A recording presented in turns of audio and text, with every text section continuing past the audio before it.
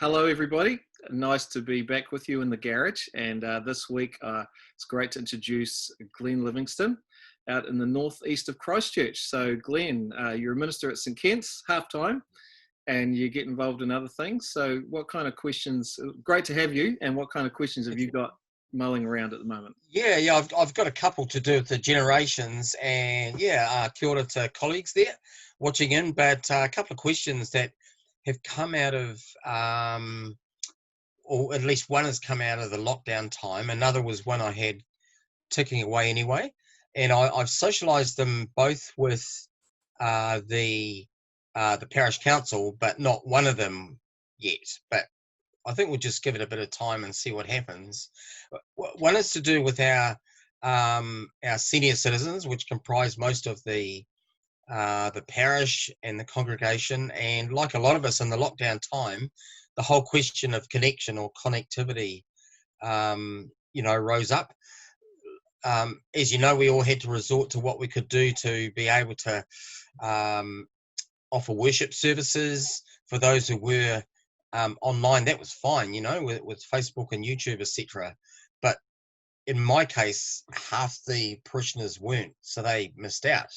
At least we could make contact through phone calls, etc. So for me, I guess it's coming back to how can we help to reconnect our parishioners. And not only if we unfortunately get a second wave of the coronavirus and have to go into lockdown again, but just in the overall scheme of things, what if they have grandkids in the North Island or overseas or whatever?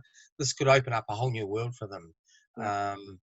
But I think for me, the starting point has to be not the hardware or the software that enables that, but the deeper underlying issues.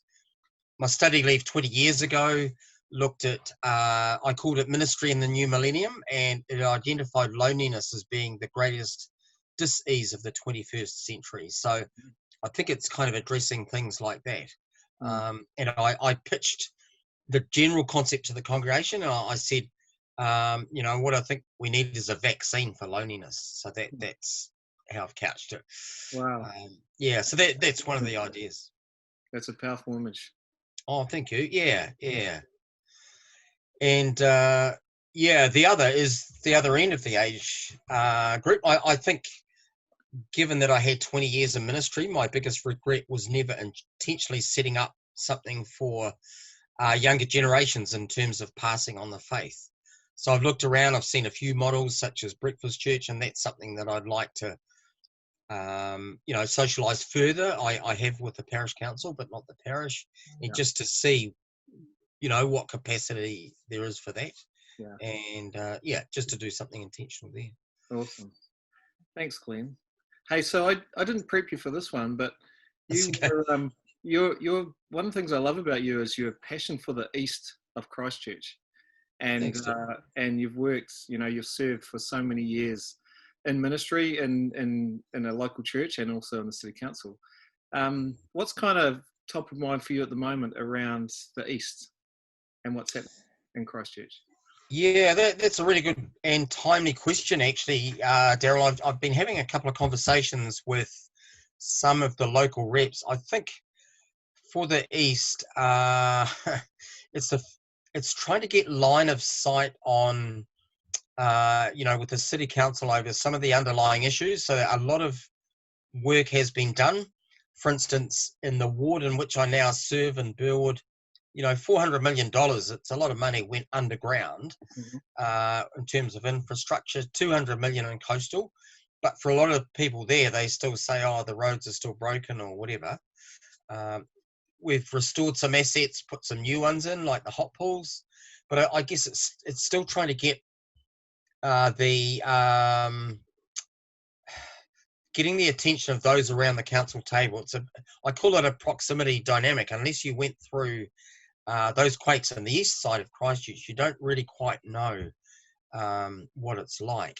And so some people sometimes say, it's the east again, but unless you live here, you don't actually know how bad it is. And there's something I think about with natural disasters. We all, when with the or terrorism, with the trade center attacks in the States, we were able to connect to that because that's kind of our Western civilization. But we see overseas, famine. We may not connect with that in the same way. There's a bit of a proximity gap there for different reasons. So, yeah.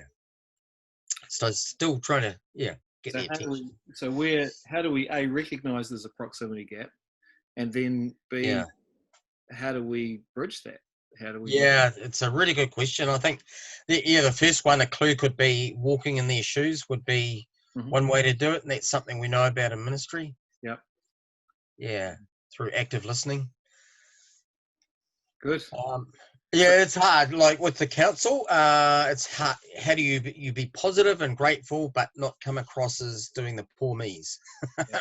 So that's one of the challenges there. Yeah. Sorry to dump that one on you. It's just kind of. No, it's all good. I'm used to stuff like that. Yeah, I knew you would be. It's good. Yeah. Hey, thanks, mate.